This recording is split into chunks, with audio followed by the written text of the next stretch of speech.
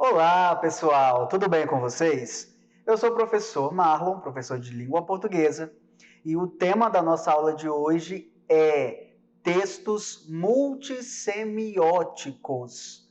Que palavra grande! Vamos então pensar um pouquinho a respeito do que são os textos multissemióticos. Olhem só essas duas imagens que aparecem aí na sua tela. São exemplos, ou eles nos fazem pensar de alguma forma em multissemiose. Você sabe o que é? Os textos multissemióticos são aqueles que apresentam muitos elementos, como imagens, ícones e desenhos em sua constituição. Ou seja, eles são constituídos de várias linguagens. Em geral, esses textos informam por meio de recursos visuais, além do texto verbal, ou seja, a palavra.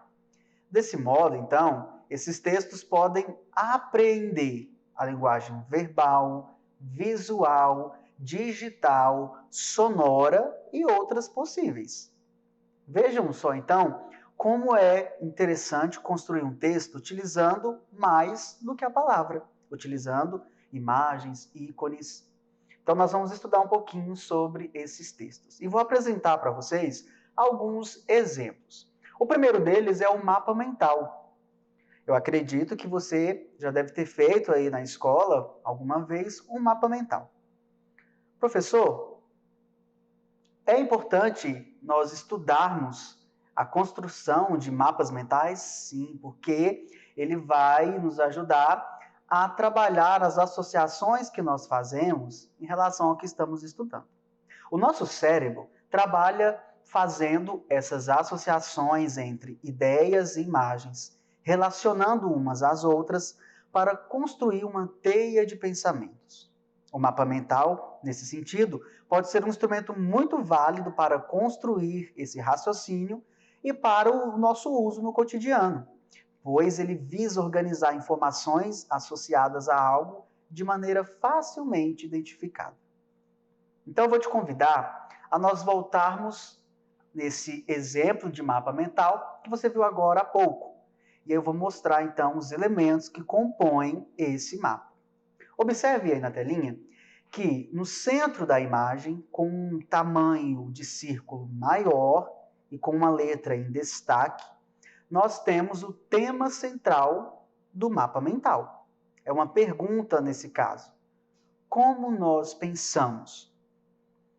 E aí esse tema aparece por meio de uma pergunta e logo ao redor desse círculo grande há vários outros círculos menores com algumas informações, como por exemplo, criamos imagens, classificamos as informações. Esses pequenos círculos, eles representam ideias, conceitos e associações que estão diretamente ligadas à ideia central do mapa mental.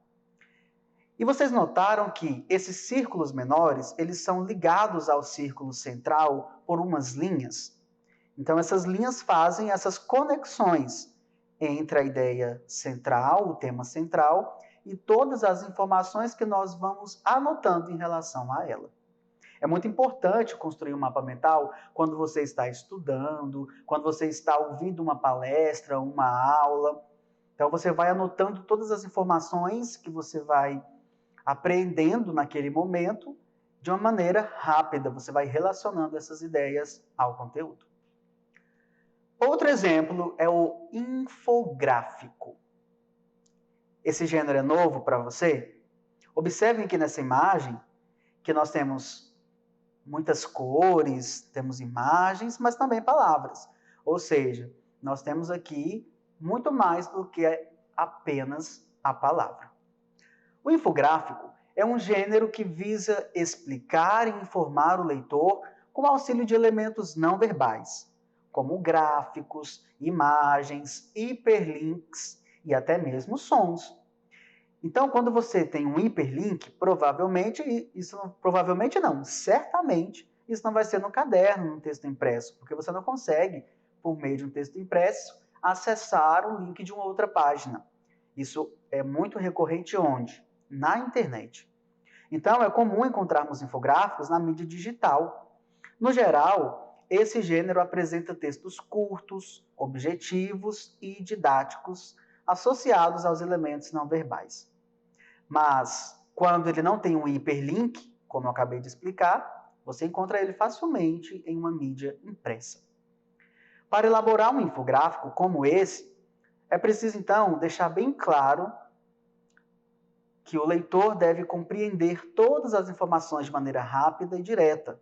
Ou seja, em um infográfico, o leitor ele precisa rapidamente identificar sobre o que ele está falando, quais dados ele está trazendo, quais informações ele está trazendo. Então vamos estudar aqui um exemplo bem bonitinho. Olha que texto colorido aí, né? Temos aqui então um infográfico. O tema desse texto são os assuntos mais comentados no Twitter, uma rede social. E logo abaixo aí desse termo produção cultural, há uma pergunta: o que as pessoas tweetam? Então esse infográfico, ele vai trazer um gráfico em forma de pizza com algumas informações, alguns dados que falam então a respeito do que as pessoas mais postam nessa rede social. E atrás dessa pizza, desse gráfico de pizza, nós temos a logo do Twitter, que é um pássaro na cor azul. Então, nós temos aqui, compondo o texto, imagem, gráfico, números e palavras. Vejam aí, então, por exemplo, qual é o assunto menos comentado. Para fazer a leitura desse gráfico, então você precisa observar todas as fatias desse gráfico de pizza e olhar aquela que apresenta a fatia menor e o número menor. O ideal é que a proporção da fatia seja relacionada ao número. Você vai observar, então, que a fatia cor-de-rosa, com 3,6%, falam sobre as notícias. Ou seja, de acordo com esse infográfico, 3,6% das postagens no Twitter falam sobre notícias. Já os assuntos mais comentados estão claramente visíveis. Essas duas fatias, uma na cor amarelo e outra na cor laranja. Observe aí, então, que a maior é essa de 40,55%, que equivalem a baboseiras, do tipo vou almoçar. Falando, então, sobre esses textos multissemióticos, trazer aqui algumas perguntinhas para vocês refletirem. Quais diferenças, então, entre um texto escrito apenas com palavras de um infográfico, que é um texto multissemiótico? Será que um texto escrito, contendo as mesmas informações do infográfico, chamaria tanta atenção do leitor? E em quais aspectos o infográfico facilita a compreensão do leitor? Vocês então observam que existem textos que serão facilmente lidos e entendidos se estiverem associados a imagens, a sons, a ícones, enquanto outros, como um bilhete, por exemplo, uma informação mais direta, mais objetiva, não tem necessidade de um hiperlink, de uma imagem, por exemplo. Ou seja, quando você vai produzir um texto, você tem que pensar em o seu público-alvo, para quem você vai escrever a mensagem, escrever o texto e a forma como você fará isso. Vamos agora observar um outro tipo de texto multissemiótico. Trago aqui agora o exemplo para você das histórias em quadrinhos e das tirinhas. Basicamente, a diferença da história em quadrinho para a tirinha está na proporção. A tirinha, como o próprio nome diz, é uma tira com uns 3 ou 4 quadrinhos, enquanto a HQ tem mais quadrinhos, mais enredo. Observem aqui o título dessa produção, Sem Internet. E aí nós temos 4 quadrinhos. No primeiro quadrinho, nós temos a imagem de um notebook e ao lado o sinal do Wi-Fi. Em cima desse sinal há um X na cor vermelho. Próximo quadrinho, então, um rosto de uma criança, provavelmente a que estava acessando a internet nesse notebook. E olha a expressão facial dessa criança, os olhos fechados, comprimidos. Essa criança diz: "Ah, não, a internet caiu e agora a minha vida acabou." No quadrinho seguinte, essa criança tem uma ideia. Observem que acima da sua cabeça há o desenho de uma lâmpada. Esse desenho representa uma ideia. E nós temos aí um balão de pensamento, que é em formato de nuvem. E essa criança diz, ou melhor dizendo, pensa: "Tive uma ideia brilhante." No último quadrinho, a gente vê a criança falando qual é a ideia. "Vou brincar." Esse é um exemplo, então, de uma HQ. São gêneros que utilizam imagens aliadas a textos, como, por exemplo, aqueles que estão dentro dos balões, e expressam as falas, os pensamentos dos personagens que estão vivendo aquela situação comunicativa. E as HQs, as tirinhas, geralmente fazem uso de alguns recursos linguísticos para provocar humor, ironia, crítica. Então, aqui nessa tirinha, nós conseguimos notar todos esses itens que eu acabei de falar. Por exemplo, os elementos imagéticos, ou seja, as imagens. Nós temos a lâmpada, o notebook, o Wi-Fi, as expressões faciais da criança, tudo isso faz parte dos elementos imagéticos. Nós temos aí nessa produção 2 balões diferentes, um balão de fala e o balão de pensamento. E o efeito de sentido que essa tirinha produz está associada ao efeito de ironia e humor. Porque no segundo quadrinho, quando a criança se mostra ali super chateada porque a internet caiu, ela de repente tem uma ideia brilhante. E aí o leitor pode pensar que é uma ideia fora do normal, uma ideia que jamais alguém teve. E a ideia quebra a expectativa do leitor. É brincar, algo que a criança costuma fazer sempre. Então nós temos aqui, né, um recurso cômico criado nessa tirinha.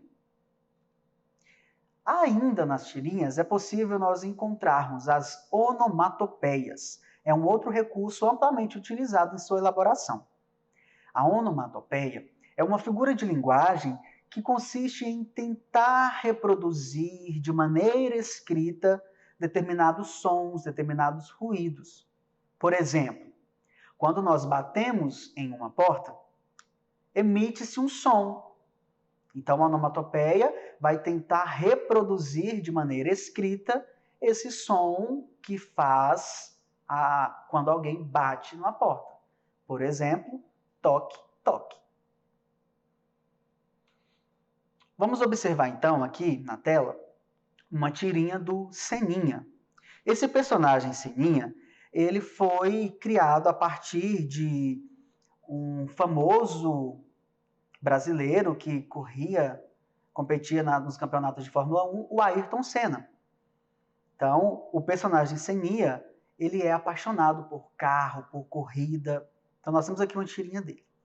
E aí temos os amigos ali, e um deles comenta: "Ué, não era teatro de marionetes?" E lá no lado oposto dessa imagem, nós temos o Seninha reproduzindo uma onomatopeia. Ele diz vrum e está com os carrinhos. Então eu pergunto para você, em que consiste o humor dessa tirinha?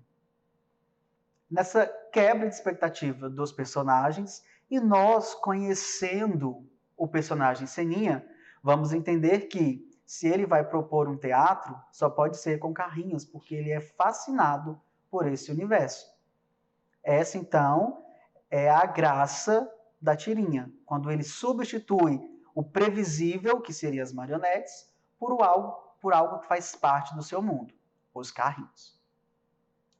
Bem, nós vimos aqui, então, nessa aula, alguns textos multissemióticos. O mapa mental, por exemplo, o infográfico, a história em quadrinhos.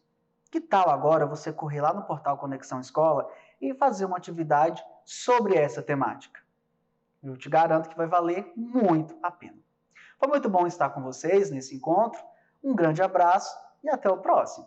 Tchau, tchau.